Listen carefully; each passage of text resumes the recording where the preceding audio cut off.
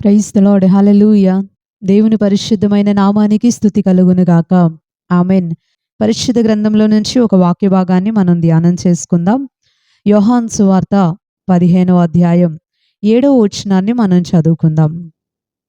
నా యందు మీరును మీ యందు నా మాటలను నిలిచి ఉండిన ఎడల మీకేది ఇష్టమో అడుగుడి, అది మీకు అనుగ్రహించబడును.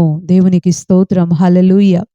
మనం చదువుకున్నటువంటి ఈ వాక్య భాగంలో దేవుడు అనగా ప్రభువైన యేసుక్రీస్తు వారు పలుకుతున్నటువంటి ఒక విలువైన మాట. ఏమని అంటున్నారు అంటే, మీకేది ఇష్టమో అడుగుడి, అది మీకు అనుగ్రహించబడును. దేవునికి స్తోత్రం. హల్లెలూయా.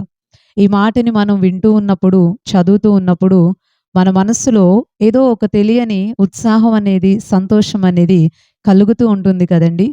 ఎందుకంటే దేవుడు మీకేమిష్టమో అని నన్నడగండి, అది నేను మీకు అనుగ్రహిస్తాను అని దేవుడే స్వయంగా మనతో చెప్తుంటే, ఈ మాట మనకి చాలా ఆనందాన్ని కలిగిస్తూ ఉంటుంది. ఇష్టం అనేది ప్రతి మనిషిలో కూడా ఏదో ఒక రూపాన ఉంటూనే ఉంటుంది. ఎవరి దగ్గరికి మనం వెళ్లి అడిగినా, చిన్న పిల్లోడి దగ్గర నుండి ముసలివారి వరకు ఎవరిని మనం కదిలించినా సరే, "అమ్మా మీకేమిష్టం? మీకేమన్నా కోరికలున్నాయా? మీకేమన్నా ఆశలున్నాయా? ఇది జరిగితే బాగుండు అని ఏదన్నా ఉందా?" అని మనం అడిగితే, వాళ్ళు ఎవ్వరూ కూడా నాకే కోరిక లేదండి అని ఎవరు కూడా చెప్పరు. ప్రతి ఒక్కరికి ఏదో ఒక కోరిక. అది కావాలి, ఇది కావాలి, ఇది జరగాలి, అలా జరగాలి, ఇలా జరగాలి అని ఏదో ఒకటి చెప్తానే ఉంటారు. ఏదో ఒకటి ఆశిస్తూనే ఉంటారు. పెద్దవాళ్ళైతే ఎక్కువగా ఈ మాటను వాడుతూ ఉంటారు. ఎప్పటినుండో నాకు ఈ ఆశ ఉందండి. జరిగితే బాగుండు. ఆ భగవంతుడు దయ చూపిస్తే బాగుండు. మా ఎడల కనికరం చూపించి దాన్ని మా విషయంలో అనుగ్రహిస్తే బాగుండు అని చాలామంది ప్రజలు వారి ఇష్టాన్ని దేవుని ముందు పెట్టి అడిగేది మనకి కనిపిస్తూ ఉంటుంది. ఇక దేవుని పిల్లల గురించి మనం ఆలోచిస్తే, ప్రార్థనకి వచ్చినది మొదలుకొని, దేవుణ్ణి నమ్ముకున్న దగ్గర నుండి, మందిరంలో ప్రార్థన చేయటం ప్రారంభించిన దగ్గర నుండి, మోకాళ్ళేసి ఏం అడుగుతాము మనము అనంటే, దేవుణ్ణి మన కోరికల లిస్టే అడుగుతాం. అది కావాలి ప్రవ్వా, ఇది కావాలి ప్రవ్వా, ఇది జరగాలి ప్రవ్వా, అది జరగాలి, అది కొనాలి, ఇది కట్టాలి, అక్కడికెళ్ళాలి, ఇది చెయ్యాలి, ఇది సంపాదించాలి అని ఏదైతే మన ఆశ ఉందో, ఒకటి తీరిపోయాక ఒకటి, ఒకటి తీరిపోయాక ఒకటి, అది జరగాలి, ఇది జరగాలని దేవుని దగ్గర ఒక పెద్ద లిస్టే పెట్టేసి ప్రార్థన చేస్తాం. ఇక ప్రార్థన అనంగానే మనకు గుర్తొచ్చేదేంటంటే మన కోరికల చిట్ట. దేవుని దగ్గర అడుగుతూనే ఉంటాం. తప్పేం కాదు. దేవుడు అంటున్నాడు, మీకేది ఇష్టమో అడగండి, అది మీకు అనుగ్రహించబడుతుంది అని దేవుడు తన వాక్యంలో తెలియచేస్తూ ఉన్నాడు. ఈ ఉదయకాల సమయం కోరికలతో, ఇష్టాలతో ఇది జరిగితే బాగుండు అనే ఆశలతో ఉన్న ప్రతి ఒక్కరికి దేవుడు తెలియచేస్తున్న మాట ఏంటి అంటే, మీరు నన్ను మీ ఇష్టం ప్రకారం అడగండి, నేను మీకది అనుగ్రహిస్తాను. అడగండి. మనం ఏం చేయాలంటే మన ఇష్టాన్ని అలా మనసులో పెట్టేసుకోవడం కాదు కానీ, దేవుణ్ణి అడగాలట. ఇది కావాలి ప్రభువా అని. మనం అడిగితే దేవుడు తప్పకుండా మనకి సహాయం చేస్తాడు. అయితే మనం అడిగేటప్పుడు, మనము దేవుని నుంచి మన కోరికల్ని ఆశించేటప్పుడు, ఇది జరగాలి అనుకునేటప్పుడు మనం ఎలా ఉండాలో కూడా, ఎలా ఉండి అడగాలో కూడా దేవుడు తన వాక్యంలో స్పష్టంగా తెలియచేశారు. ఏమని అంటున్నారు ఈ 7వ వచనంలో అంటే, నా యందు మీరును మీ యందు నా మాటలను నిలిచి ఉండిన ఎడల, మీరడగండి, నేను మీకిస్తాను. మీరడిగిందంతా, మీరిష్టపడిందంతా కూడా నేను మీకు అనుగ్రహిస్తాను. అయితే ఆ అడిగేటప్పుడు మీరెలా ఉండి అడగాలి అంటే, మీరు అడిగినప్పుడు ఆ కోరికని నేనెప్పుడు తీసుకొని దాన్ని నెరవేర్చి మీ విషయంలో జరిగిస్తాను అంటే, 2 పనులు మనం చేయాలి అని ఇక్కడ మనకి ఈ వాక్య భాగం తెలియచేస్తుంది.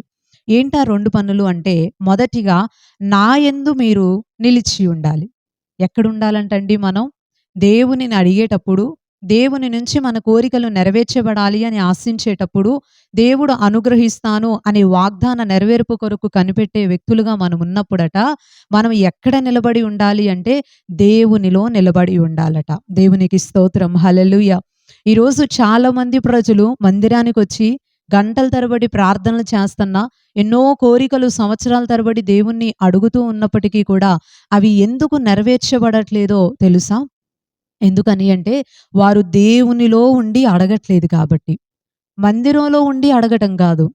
ప్రార్థన మాత్రమే చేయటం కాదు. పరిచర్య చేయటం కాదు. కానుక ఇవ్వటం కాదు. లేకపోతే ఇంకొకటి చేయటం కాదు. మన ఇష్టాన్ని నెరవేర్చుకుంటూ మన కోరికల్ని జరిగించుకుంటటం కాదు. లోకంలో ఉండటం కాదు. ఎలా ఉండి అడగాలి అంటే దేవునిలో నిలిచి ఉండి అడగాలి. మనము దేవునిలో ఉండాలి. మన హృదయం దేవునితో ఉండాలి. ఒక వ్యక్తి దేవునిలో ఎప్పుడు ఉండగలుగుతాడు అననంటే, ఈ రెండవ మాట పాటించగలిగినప్పుడే. ఈ రెండవ మాట ఏంటి అంటే, నా యందు మీరు, మీ యందు నా మాటలు నిలిచి ఉండిన ఎడల మీరడగండి నేనిస్తాను అని దేవుడంటున్నాడు. మనము దేవునిలో నిలబడి ఉండాలి అననంటే, దేవుని యొక్క మాటలు మనలో ఉండాలి. దేవుడు ఏం కోరుకుంటున్నాడు? ఏమి ఆశిస్తున్నాడు? మనం ఎలా ఉండాలనుకుంటున్నాడు? ఏం చేయాలనుకుంటున్నాడు? ఆయన మనకు పెట్టినటువంటి కండిషన్స్ ఏంటి? ఆయన మనకిచ్చిన ఆజ్ఞలేంటి? మన నుంచి ఆయన ఏం ఆశిస్తున్నాడు? ఇవన్నీ కూడా అండి దేవుని వాక్యంలో రాయబడి ఉన్నాయి. ఆయన మాటల్ని కనుక మనము అంగీకరించి, ఆయన మాటల ప్రకారం జీవించటానికి కనుక మనం నిర్ణయం తీసుకొని, దేవుని వాక్యం, దేవుని యొక్క మాటల్లో కనుక మనం నిలవబడగలిగితే, ఆయన మాటల్ని మనలో ఉంచుకోగలిగితే, మన హృదయంలో ఉంచుకొని దాని ప్రకారం జీవించగలిగితే, మనము దేవునిలో ఉన్నట్టే. దేవునికి స్తోత్రం. హల్లెలూయా! యోహాను సువార్త 1 అధ్యాయం 1 వచనం మనకి చాలా స్పష్టంగా తెలియజేస్తూ ఉంది. ఆదియందు వాక్యముండెను, వాక్యము దేవుని యొద్ద ఉండెను, వాక్యమే దేవుడై ఉండెను. వాక్యం అంటే ఎవరో కాదు, దేవుడే. ఆయన మాటల్ని గనక మన హృదయంలో ఉంచుకుంటే, ఆయన మాటల ప్రకారం కనుక మనం జీవించగలిగితే, ఆయన మాటల్లో కనుక మనం నిలిచి ఉండగలిగితే, దాని ప్రకారం పాటించి నడవగలిగితే, మనము దేవునితో ఉన్నట్టే. దేవునిలో ఉన్నట్టే. అప్పుడు మనల్ని విషయంలో దేవుడు ఏం చేస్తాడు అంటే, మనం ఏదడిగితే అది దేవుడు మనకు అనుగ్రహిస్తాడు. దేవునికి స్తోత్రం. హల్లెలూయా! ఏదడిగితే అది మనకి ఏది ఇష్టంగా ఉందో అది దేవుణ్ణి అడిగినప్పుడు దేవుడు మనకి అనుగ్రహిస్తాడు. ఆయన వాక్యం గనక లేదనుకోండి, మనము మన ఇష్టానుసారంగా ఇష్టాల్ని కోరుకుంటూ ఉంటాం. అదే వాక్యం ఉండింది అనుకోండి మనస్సులో, వాక్యానుసారంగా ఇష్టపడగలుగుతాం. దేవునికి స్తోత్రం. హల్లెలూయా! ఈ 2 ఇష్టాలకి చాలా తేడా ఉంది. మనము దేవుణ్ణి కనుక హృదయంలో కలిగి ఉండకుండా, దేవుని మాటల్ని కనుక హృదయంలో ఉంచుకోకుండా, మనము దేవునిలో కనుక నిలబడకుండా ఉండి, లోకంలో ఉండి, పాపంలో ఉండి, చెడులో ఉండి, మందిరంలో ఉన్నా ఈరోజు ఎంతోమంది పాపంలో ఉన్నారు. దేవుని సన్నిధిలో గంటల తరబడి ప్రార్థన చేస్తున్నా ఈరోజు ఎంతోమంది ప్రజలు దేవునికి దూరంగా ఉన్నారు. దేవుడికి దగ్గరగా ఉన్నామని భావించుకుంటూనే దేవుడు లేకుండానే వారి జీవితాన్ని ముందుకి కొనసాగించే వ్యక్తులు చాలా మంది ప్రజలు విశ్వాసులుగా పిలువబడుతున్నారు. దేవుని మందిరాల్లోనే ఉండి ముందుకు నడుస్తూ ఉన్నారు. కానీ దేవుడు తన వాక్యంలో తెలియచేస్తున్నాడు. నేను కోరికల్ని తీరుస్తాను. మీరు అడిగింది నేను ఇస్తాను. మీరు ఆశపడింది చేస్తాను. కానీ మీ హృదయంలో మాత్రం నా మాటలుండాలి. నా మాటల్లో మీరు నిలబడి ఉండాలి. దాని ప్రకారం మీరు జీవించే వాళ్ళై ఉండాలి. నన్ను కలిగి ఉండాలి. అప్పుడే మీరు నన్ను కలిగిన వ్యక్తులు ఎలా కోరుకుంటారో అలాగా వాక్యానుసారమైన కోరికల్ని కోరుకుంటారు. పరిశుద్ధ గ్రంథంలో అండి కోరికల్ని తీరుస్తానని చెప్పిన దేవుడే ఒక మంచి మాటని పరిశుద్ధ గ్రంథంలో మొదటి యోహాను పత్రిక 5వ అధ్యాయం 14వ వచనంలో ఆయన ఒక మంచి మాటని తెలియచేశారు. ఆయనను బట్టి మనకు కలిగిన ధైర్యం ఏదనగా, ఆయన చిత్తానుసారముగా మనం ఏది అడిగినను ఆయన మన మనవి ఆలకించును అనున్నదియే. దేవునికి స్తోత్రం. హల్లెలూయా!